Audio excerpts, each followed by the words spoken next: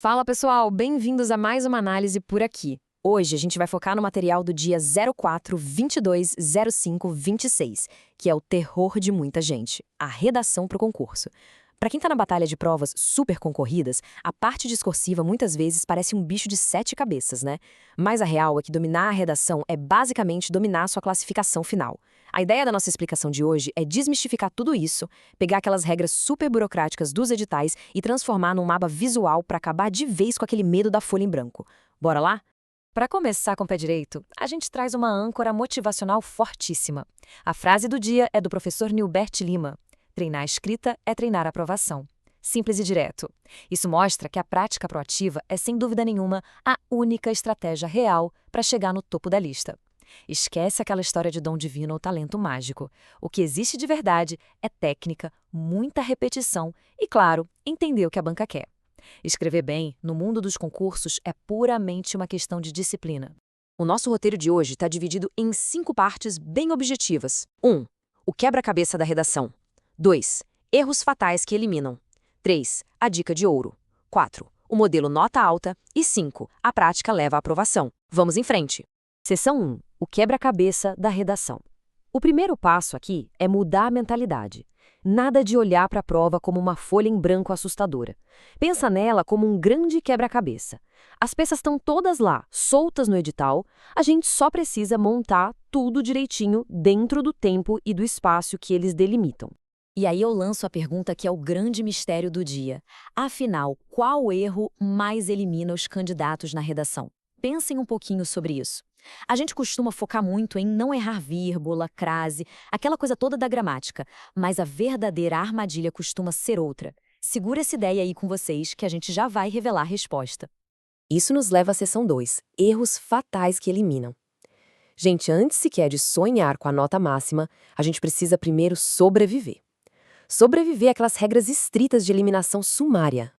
Olha, é até assustador ver o quanto é fácil rodar antes mesmo do corretor ler a primeira palavra do texto. Escreveu a lápis, assinou fora daquele local de marcado, deixou qualquer marquinho, rabisquinho de identificação, é 0 na hora. Textos muito curtos, com menos de 20 linhas, ou compridos demais, passando de 30, ou até mesmo aquela caligrafia que ninguém consegue entender, tudo isso vai direto para a lata de lixo burocrática da banca. Não tem choro. E agora sim, respondendo a nossa pergunta do quebra-cabeça lá de trás, os grandes assassinos silenciosos, aqueles erros fatais que mais limam a galera, são a fuga ao tema e ignorar o tipo de texto que foi pedido. Imagina só a frustração, entregar um texto perfeito, lindo, mas sobre um assunto que não tem absolutamente nada a ver com a proposta, ou então a banca pede uma dissertação e a pessoa faz um poema. É 0 imediato. A regra número 1 de sobrevivência é simplesmente responda exatamente ao que foi perguntado. Chegamos na seção 3, a dica de ouro. Bom, agora que a gente já passou da fase de sobrevivência, bora falar da estrutura infalível para não cometer essas gafes e deixar o raciocínio fluir perfeitamente. O grande segredo está nesse projeto padrão ouro aqui. A dica do dia é certeira. Use sempre a trinca de introdução, desenvolvimento e conclusão. É um processo super lógico de 3 passos que constrói uma base de concreto para o texto. A introdução joga a tese na mesa, o desenvolvimento traz os argumentos, o famoso causa e efeito, e a conclusão amarra as ideias, muitas vezes até exigindo uma proposta de solução. Fugir dessa divisão clássica é praticamente jogar pontos fora de bobeira. Para entender de verdade o que os examinadores buscam com essas 3 partes, a gente precisa focar no conceito do famoso texto dissertativo argumentativo. Os materiais de estudo são claros. Não é para ficar só narrando ou descrevendo um fato aleatório, tá? O negócio é explanar, fazer uma análise crítica e, o mais importante de tudo, defender um ponto de vista usando argumentos muito bem amarrados com causa e efeito. A lógica é quem manda aqui. Quanto mais forte e embasada for essa argumentação, mais brilhante vai ser a nota. Seção 4. O modelo nota alta.